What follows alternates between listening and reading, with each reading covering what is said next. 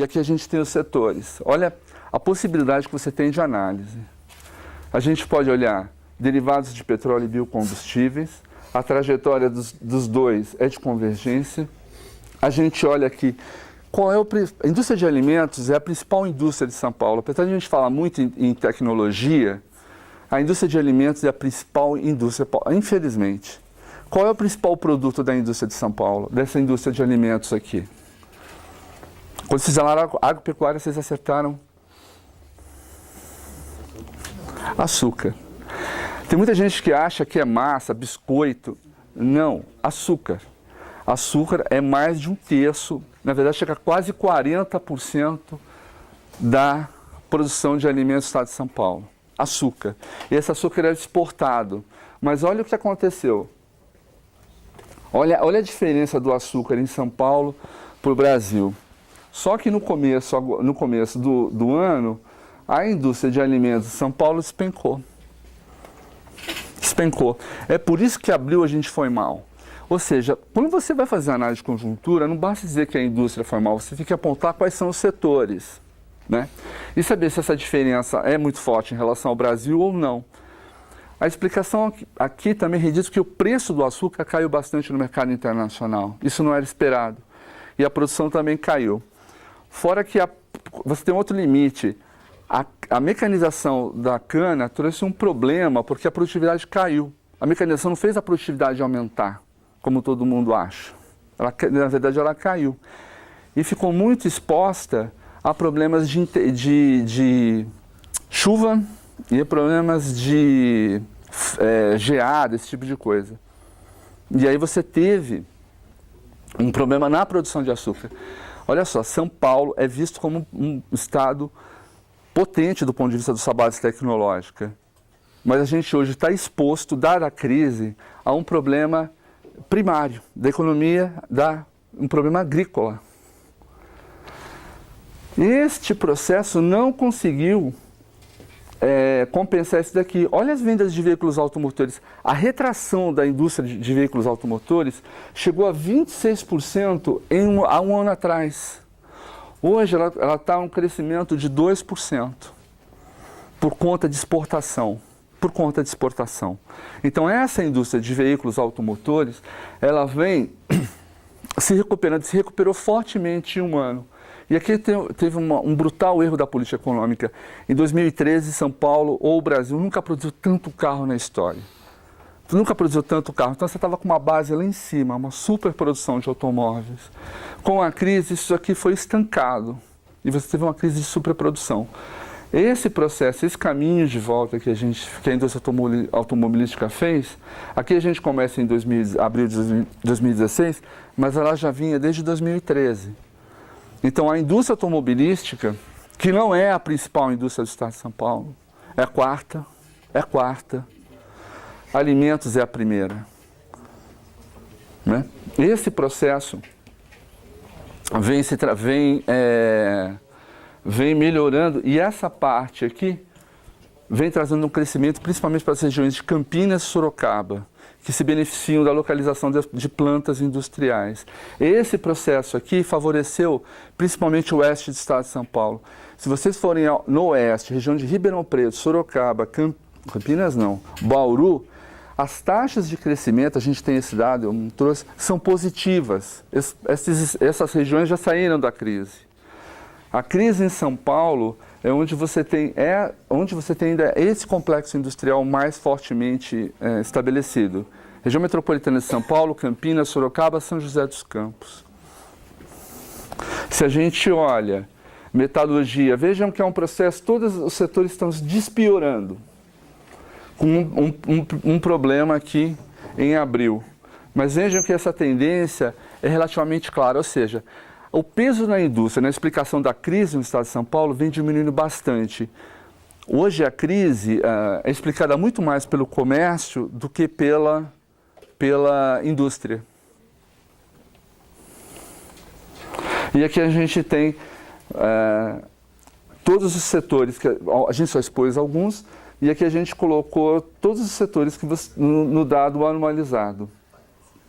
Equipamentos médicos de informática, que é uma das partes mais modernas da economia, está crescendo 13%. Quanto vocês acham que esse setor aqui pesa na estrutura industrial paulista? Um chute. Muito mais, 5%, 10%, só na estrutura industrial. 5%? Para 2%. É uma indústria extremamente pequena. Basicamente, essa indústria está na Zona Franca de Manaus. Ou seja, sempre que você estiver olhando o dado, você tem que saber qual é o peso dela nessa estrutura. Porque você pode estar superestimando o peso desses setores para a retomada da atividade econômica. Se você não fizer esse balanço, você vai fazer aquilo que a gente comentou no fim. Olha, a agropecuária está puxando o crescimento, está puxando a saída da crise. Não tem como um setor que pesa 1,8% do PIB fazer um movimento desse. Né? Estes setores aqui, que a gente olha, produtos alimentícios, derivados de petróleo, veículos automotores, esses setores são 45% da indústria. 45%. Ou seja, equipamentos óticos, material para hospitais, equipamentos óticos e tem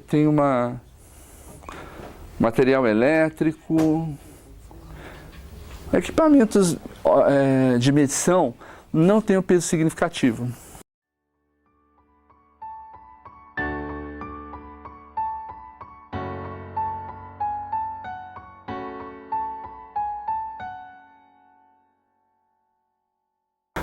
Porque para puxar o crescimento, ele tem que ter, se ele pesar 1,8, ele tem que crescer muito. E crescer muito é crescer 20%, 30%.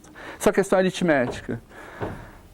Você tem muita interpretação que sai no jornal que é muito rápida. O cara fala assim, o que está acontecendo? Por que o Brasil, por que São Paulo saiu, foi bem no primeiro... E o cara te faz a pergunta na hora. Você pega a tabela, os dados que a gente publica e diz, a agropecuária puxou o crescimento. Você vai pensar, só que é verdade que ela cresceu, mas não é verdade que ela tem um empuxo. Então, saber o peso dos segmentos é fundamental. Isso em São Paulo, isso no Ceará ou isso na região de Campinas. Agora, o importante aqui é que o setor de veículos e veículos reboques, ele já está no dado anualizado, ele está positivo.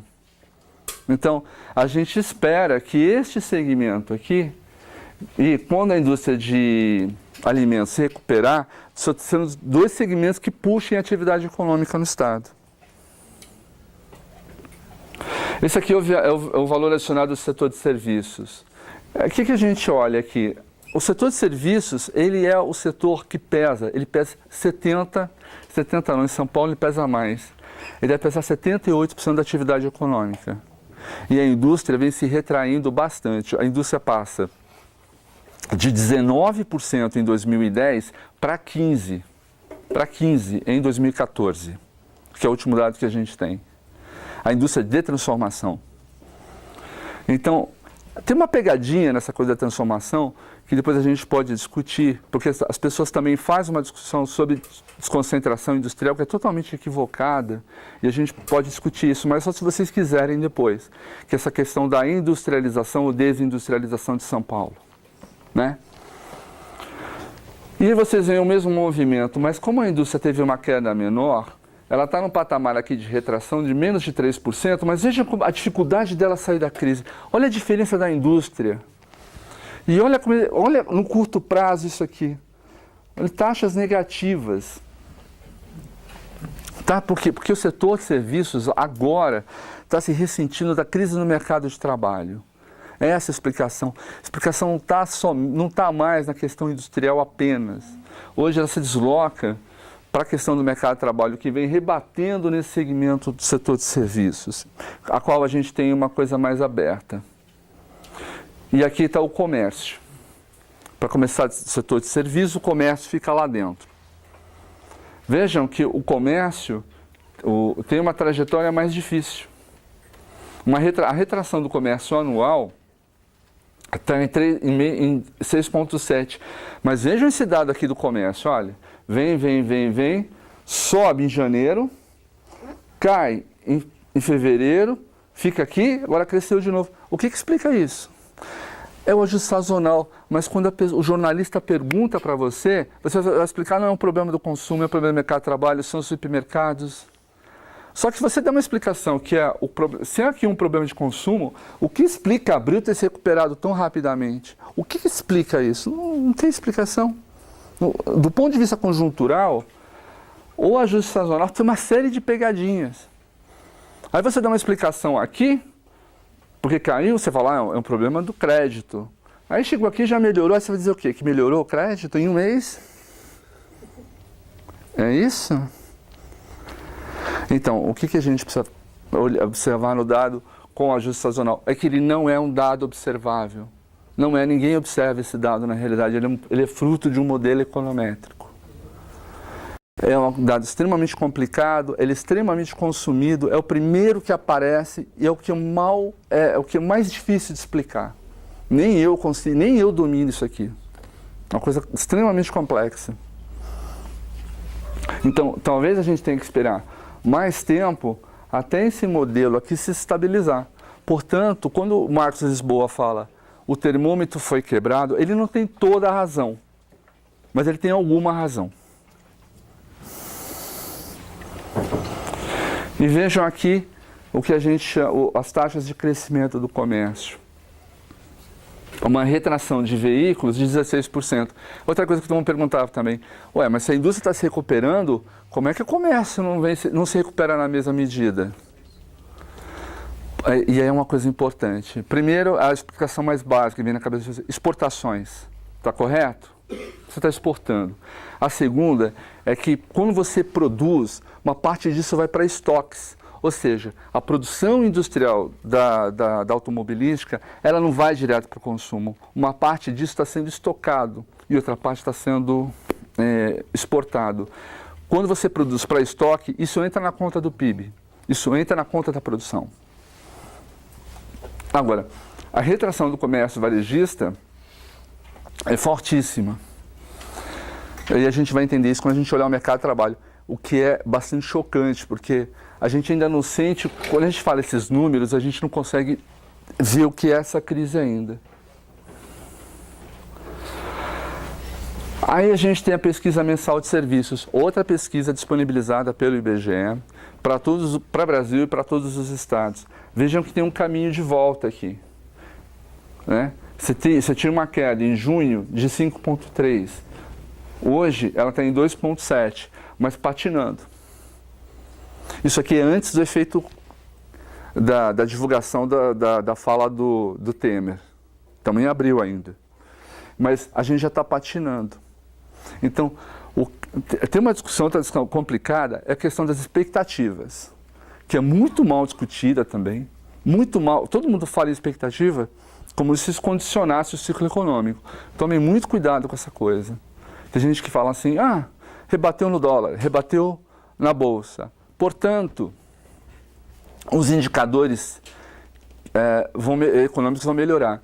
Não é verdade. Este ciclo aqui, que é da economia real, tem um caminho. O da especulação tem outro. Completamente diferente. Ninguém me provou ainda que as expectativas melhorando rebatem em melhora de indicadores econômicos. Mas todo mundo fala bastante sobre isso. Falta provar. Agora, por que o setor de serviços está patinando? Se vocês olharem esses grandes aglomerados, você olha o seguinte, que a retração aqui nos 12 meses, quando a gente pega a pesquisa mensal de serviços do IBGE, tem uma retração dos serviços prestados à família. O que é isso? Cabeleireiro, manicure, serviço de alimentação. Isso aqui depende do quê? Da renda das pessoas. Quando você pega serviços profissionais e complementares e transportes, vocês notam que a queda é menor. Isto aqui, serviços aos transportes, depende muito do quê? Da indústria. Depende de transporte de pessoas, transporte de bens. Portanto, ele reflete bastante a atividade econômica. Quando você pega os serviços administrativos e complementares, são serviços prestados às empresas. Mas olha o problema aqui, em serviços prestados às famílias. O que indica que a atividade econômica não se recupera na medida em que pode, porque tanto o comércio quanto essa parte sofrem com o problema do desemprego e da retração da renda. A principal dica as informações estão disponíveis, tomem cuidado com o ajuste sazonal. E terceiro, quando forem falar de um setor, olhem o peso que ele tem na estrutura que você está olhando. Se for em São Paulo, o peso que ele tem no PIB. Tá certo? A indústria de alimentos é açúcar. E ninguém responde isso. As pessoas vão achar que é bolacha, macarrão, vão achar que são produtos industrializados. Açúcar também é industrializado. Açúcar é o principal produto que São Paulo exporta, na frente de aviões e na frente de carros. Tá? São Paulo tem uma balança comercial bastante diversificada, mas o nosso principal produto é açúcar. E a gente às vezes só está olhando para os setores mais modernos, mais pesados do ponto de vista da intensidade tecnológica. Isso é um equívoco. Tudo bem?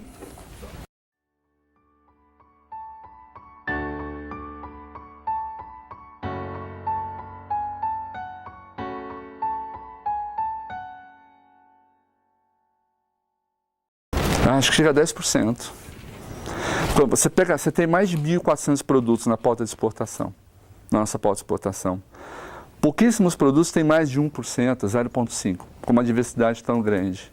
Então, açúcar deve ter entre 10% e 15%. Isso depende do mês, depende do período que você está olhando, porque você tem oscilação na produção do açúcar por conta da agropecuária.